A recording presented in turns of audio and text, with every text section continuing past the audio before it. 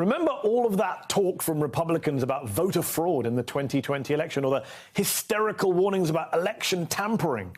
Well, it appears they were right. This is a picture of Dallas Schroeder, the top elections official in Elbert County, Colorado, according to a new Reuters report. It was taken from a surveillance video where he was seen copying computer drives containing sensitive voting information.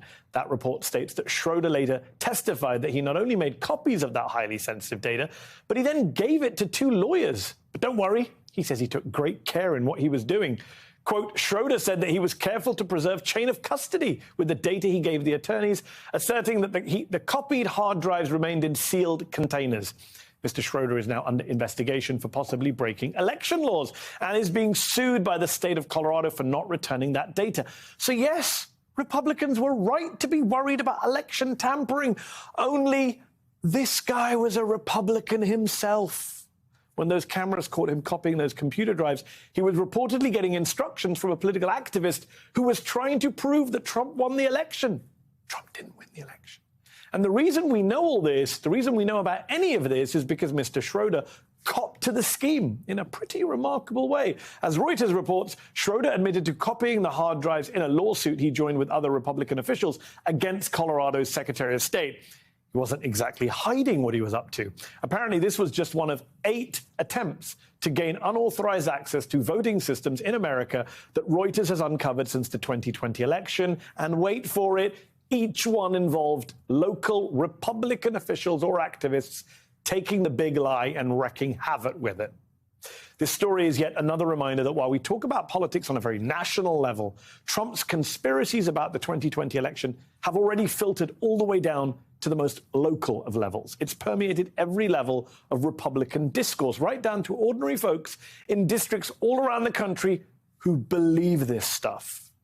Joining us now is Nathan Lane, a journalist for Reuters and one of the bylines on that reporting.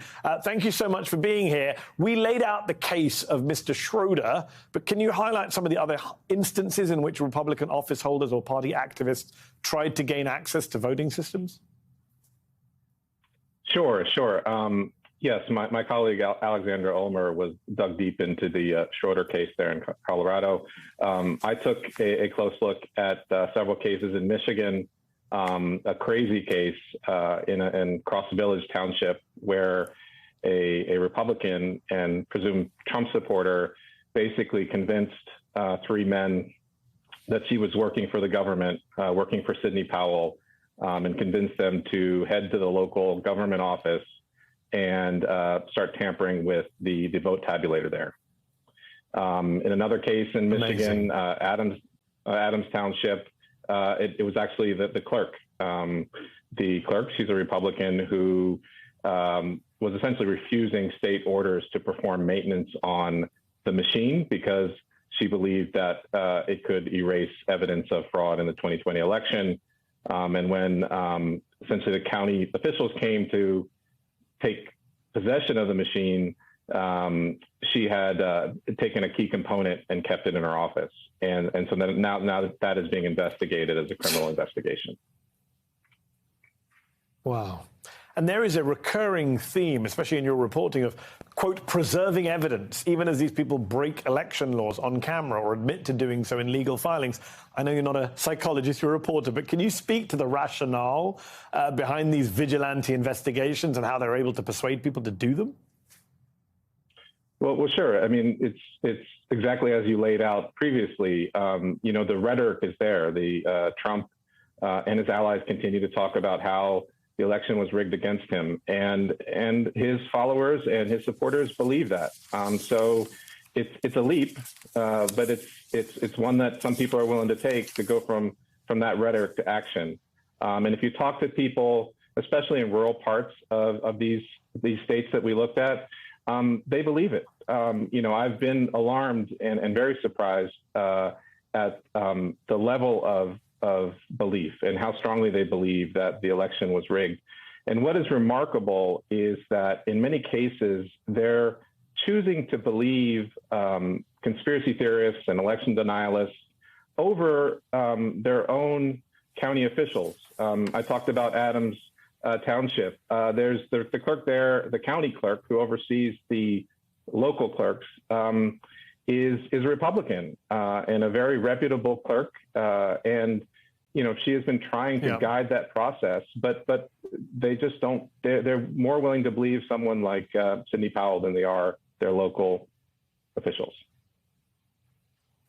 Yeah, I wonder what their media diet is like. I suspect a lot of these people are not listening to local officials because they're busy watching Fox, Newsmax, and OAN. And quick last question. This guy Schroeder in Colorado, I believe he's running for county commissioner despite being investigated for election tampering. Is there a trend here, or is he an outlier in terms of just not caring and running for more offices? Yeah, no, you see that that a lot of the people that are sort of caught in these instances, they're not backing down. I did some reporting about it was an attempted breach, but in North Carolina, where a local Republican leader essentially was threatening the local elections official that if she didn't give access to the voting equipment, he was going to get her fired. And we reported about that about a week ago. And he's since organized another event with an election denier. So there's really no backing down. There isn't, and I would call these people shameless, but that requires them to have shame in the first place. Nathan Lane, reporter for Reuters, thank you so much for your time tonight, and thank you for your reporting. Thank you.